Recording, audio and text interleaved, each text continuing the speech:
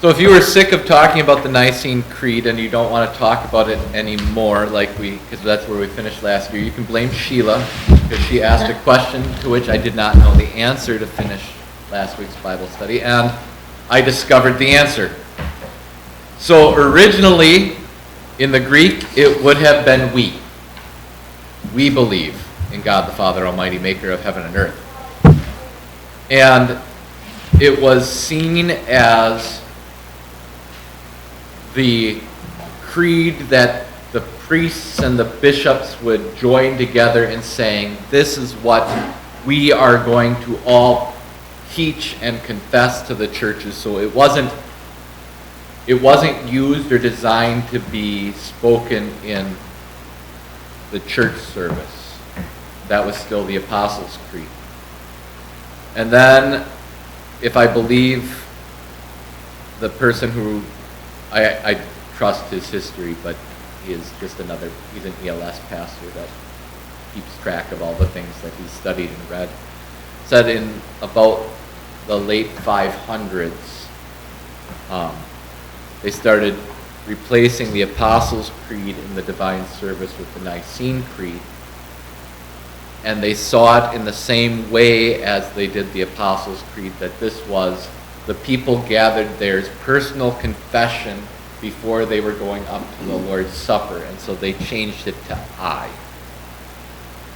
So you can find Greek creeds written in Greek, and I could not find a Latin creed that used the word we. In German, I found both, I and we. And, I was going to look it up and then I didn't. And for Luther, in our Book of Concord, both the ones that we are in our Book of Concord, they are both I. However, when Luther designed his church service, as his alternate for saying the creed, he suggested that we would sing hymn 940.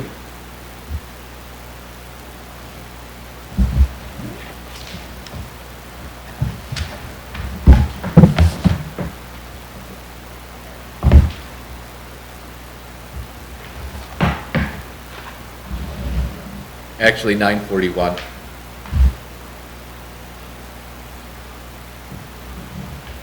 does it sound like? Which? He was staring at it, realizing that he doesn't know the melody. I know the first line. We all believe in one true God. That sort of. So, there's a reason why we don't sing it. We are not accustomed to Latin chants. And Luther wrote it following a Latin chant of the day. But the thought was that you would sing it and that would make it even more memorable. And so if you notice, it's a paraphrase of the Nicene Creed, and it uses we all.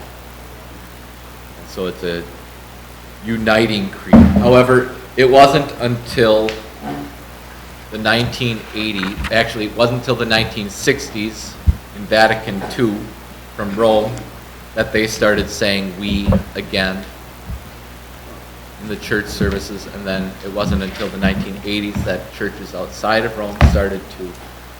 And it wasn't until 1993 that any Lutheran churches started saying we. That late? 1988 was when the Nicene Creed was being worked on that we used in 1993. So it came up because in the Lutheran hymnal, it's I. So Sheila asked, is it I or is it we? And the answer is yes. Is that where you remember it from? And even when we go through it, like the Apostles' Creed, we always say I, and then the Nicene Creed is we, and I always wondered why. Yeah. But I don't remember the old, when they changed it. I remember that. outside of the Book of Concord, every Latin text I found of the creed includes an instruction that when you say, and was made man, or no, was incarnate of the Holy Spirit, it puts a big space in there, and then it says, and the congregation shall bow. And so you'll see this from some Catholics, or if you had Missouri Synod Lutherans or some ELS Lutherans whose pastors are more concerned about the rituals of the divine service, you'll see people lean forward at that. Probably older. No. Not necessarily. I don't think there's an age gap there. It's just the attitude of we're going to do things the right way or not. But they would bow at the words and was incarnate of the Holy Spirit as a show of reverence that the Lord of all glory would come down and take on human flesh.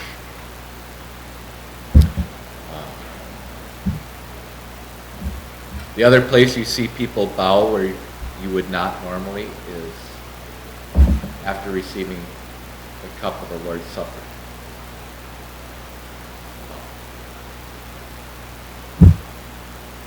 And for basically the same reason, that the Lord would condescend to come and join us and dwell among us. And so to show our humble thanks, we would bow. I was never taught, not in any of our rubrics, but it would be considered tradition and practice. Are we ready to move on from the? Go ahead. I'm trying to find where Nicaea is. Nicaea is. Nicaea. You won't find it in there. I honestly don't know.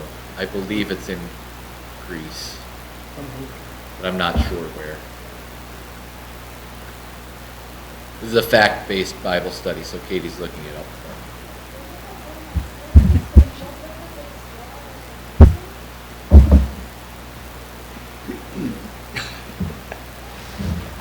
There was a segue if I ever heard. The modern